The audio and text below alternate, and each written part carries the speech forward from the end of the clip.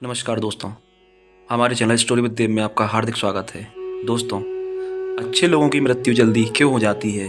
मित्रों, पहले के लोग 100 वर्षों तक या फिर उससे अधिक वर्षों तक जीवन जीते थे, लेकिन आज के समय में 50 से 60 वर्ष तक ही लोग बूढ़े होकर मृत्यु को प्राप्त हो रहे हैं।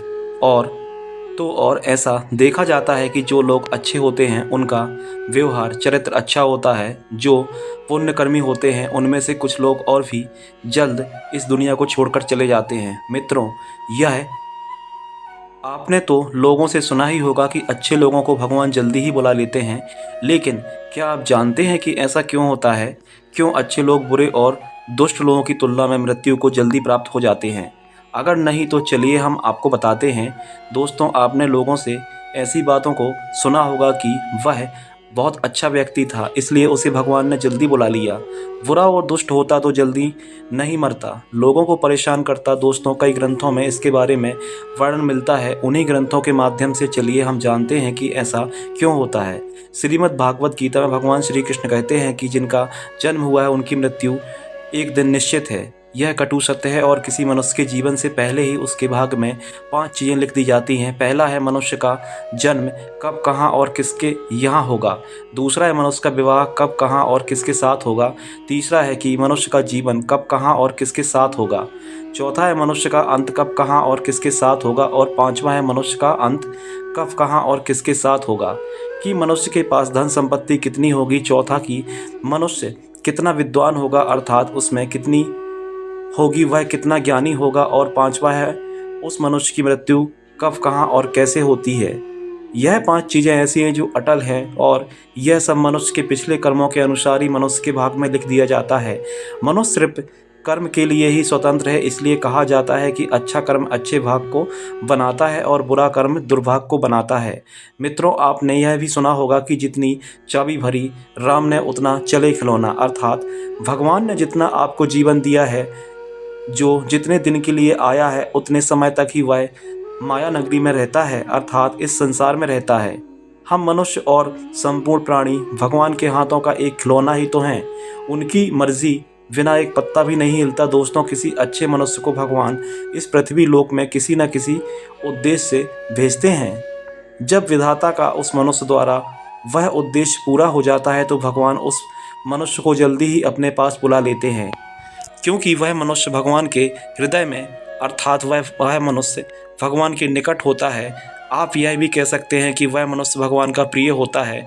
भगवान यह नहीं चाहते कि उसका प्रिय मनुष्य इस माया लोक में रहकर उस माया मोह में फंसकर पाप कर्म कर बैठे, जिसे पापों की सजा उसे भोगना पड़े। कहते हैं कि तात्पर्य यह है कि अच्छे लोगों की मृत्यु उनके अच्छे कर्मों पर निर्भर करती है। मित्रों, आपने यह भी सुना होगा या देखा होगा कि कोई ऐसा व्यक्ति है जिसको कोई भी बीमारी नहीं है, कोई भी परेशानी नहीं है। वह व्यक्ति रात को खुशी खुशी हंसते मुस्कुराते हुए भोजन करके सोया और सोता ही रह गया, अर्थात उसके शरीर से उसके प्राण बहुत ही आसानी से निकल गए। और फिर लोग कहते हैं कि कितना पुण्यात्मा था जिसको भगवान ने इतनी आसान मौत दी।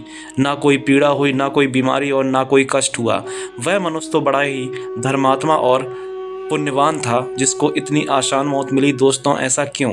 क्योंकि पुराणों में बताया गया है कि मृत्यु के समय व्यक्ति को 100 भिक्षु के एक साथ डंक मारने जितना दर्द होता है और इतने दर्द में मरने वाले मनुष्य की दुर्गति हो जाती है।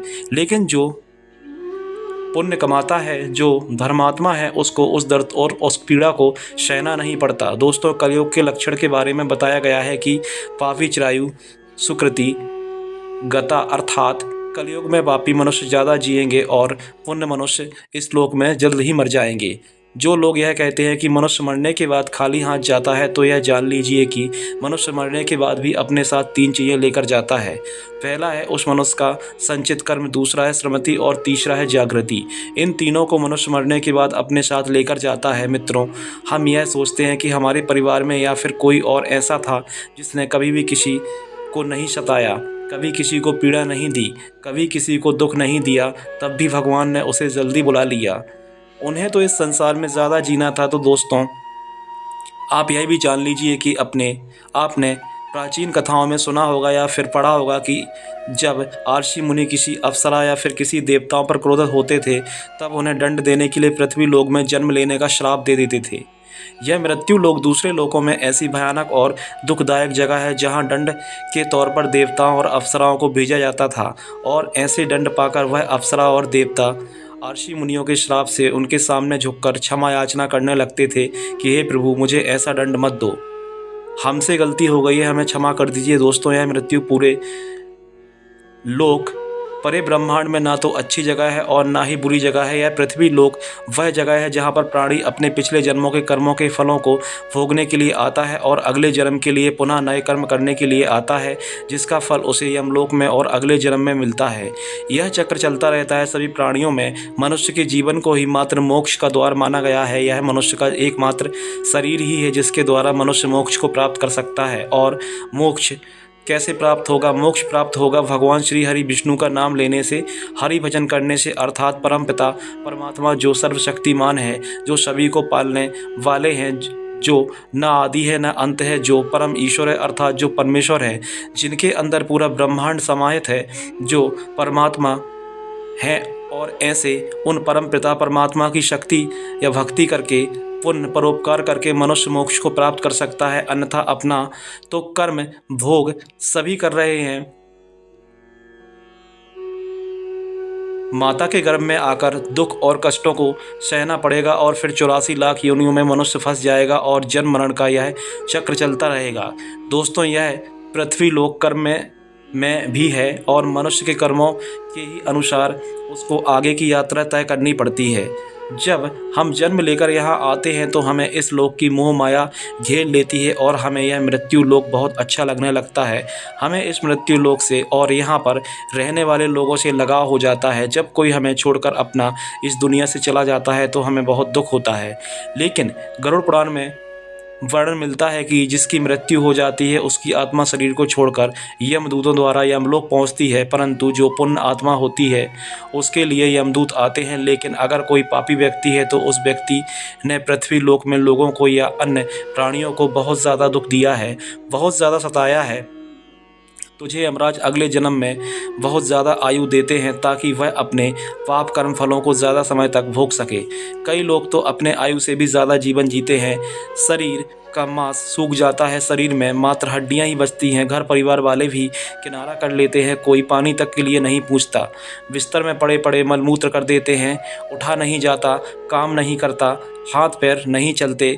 इतनी ख़राब स्थिति हो जाती है कि भगवान से बार बार प्रार्थना करते हैं कि हे भगवान, अब यह दुख सहा नहीं जाता, अब कृपा करके मुझे मौत दे दो। लेकिन उन्हें मौत नहीं मिलती। परिजन भी यह सोचते हैं कि मर जाए तो अच्छा है, लेकिन उसे मौत नहीं आती। इतना कष्टदायक जीवन ही तो है, जीवन है। लेकिन जो पुण्य कर्म करते हैं उन्हें कम आयु दी जाती है ताकि मृत्यु लोक में जब तक रहे वह सुखी रहे। और हम यही सोचते हैं कि अच्छे व्यक्ति को भगवान अच्छा जीवन देना चाहिए और बुरे व्यक्ति को कम जीवन देना चाहिए।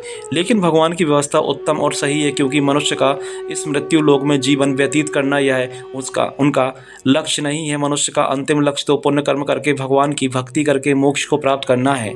दोस्तों, हमें इस बार जन्म मिलता है इसलिए कि हम अपने चेतना को जागृत करें, हम अपने आप को पहचानें कि हम कौन हैं, हमारा लक्ष्य क्या है, इस संसार में हम किस लिए आए हैं। लेकिन इस माया सागर में मनुष्य आकर डूब जाता है और लाखों करोड़ों वर्षों 84 लाख के चक्कर में फिर फंस जाता है। एक जीवात्मा को 84 लाख बार इस संसार सागर के चक्कर काटने पड़ते हैं। मित्रों, जिनकी आयु कम होती है तो परमात्मा यही चाहते हैं कि वह इस मृत्यु लोक के दुखों को कष्टों को कम सहन करे। दोस्तों, अगर आप भी भगवान श्री हरि विष्णु के भक्त हैं तो चैनल स्टोरी विद देव को सब्सक्राइब ज़रूर कीजिए, वीडियो को शेयर कीजिए। मित्रों, खुश रहिए, प्रसन्न रहिए, सुखी रहिए। परम पिता परमात्मा श्री हरि की कृपा आप पर सदैव बनी रहे। मित्रों, कमेंट में एक बार प्रेम से लिख दीजिए, जय श्री हरि नारायण। धन्यवाद।